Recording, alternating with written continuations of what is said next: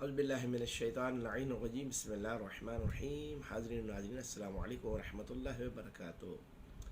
سلسلہ گفتگو احادیث نبویہ صلی اللہ علیہ وآلہ وسلم ہمارا جاری ہے.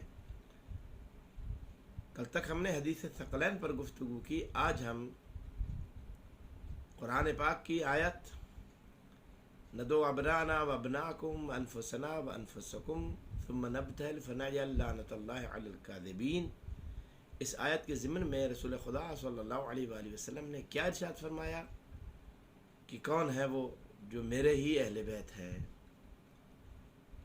تو سلسلے میں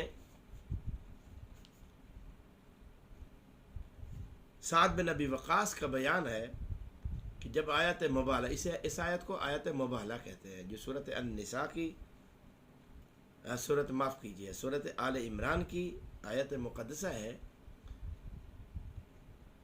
آیت مبالغہ. اس کے سلسلے میں سعد بن ابی وقاص کہتے ہیں کہ جب آیت مبالغہ نازل ہوئی تو رسول خدا صلی اللہ علیہ وآلہ وسلم نے کیا کیا؟ دعا رسول اللہ صلی اللہ علیہ وآلہ وسلم علی و فاطمۃ و حسن و حسین علیہم السلام، کہ رسول خدا صلی اللہ علیہ وآلہ وسلم نے آواز دی، بلایا، پکارا، جمع کیا علی کو، فاطمہ سلام اللہ علیہ کو، حسن اور حسین علیہم السلام کو. اور پھر کیا فرمایا؟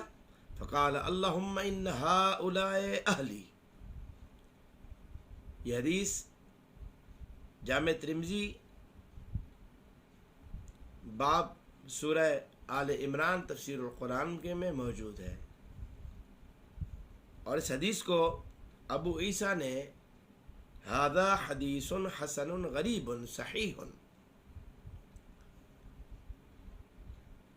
فرمایا کہ یہ حدیث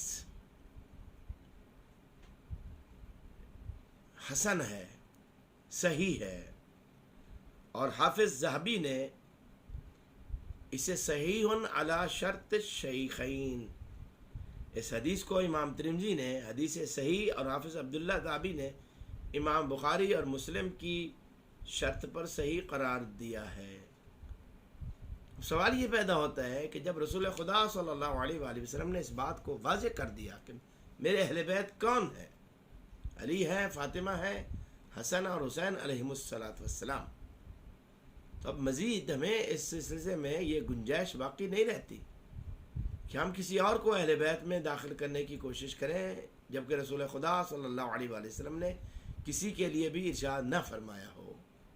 دعا گو ہوں کہ اللہ تعالی ہمیں اہل بیت رسالت صلی اللہ علیہ وآلہ وسلم کی حقیقی معنوں میں معرفت عطا فرمائے اور فرمان رسالت صلی اللہ علیہ وآلہ وسلم کی روح سے انہی کی اتباع کی توفیق عطا فرمائے. والسلام علیکم ورحمۃ اللہ وبرکاتہ.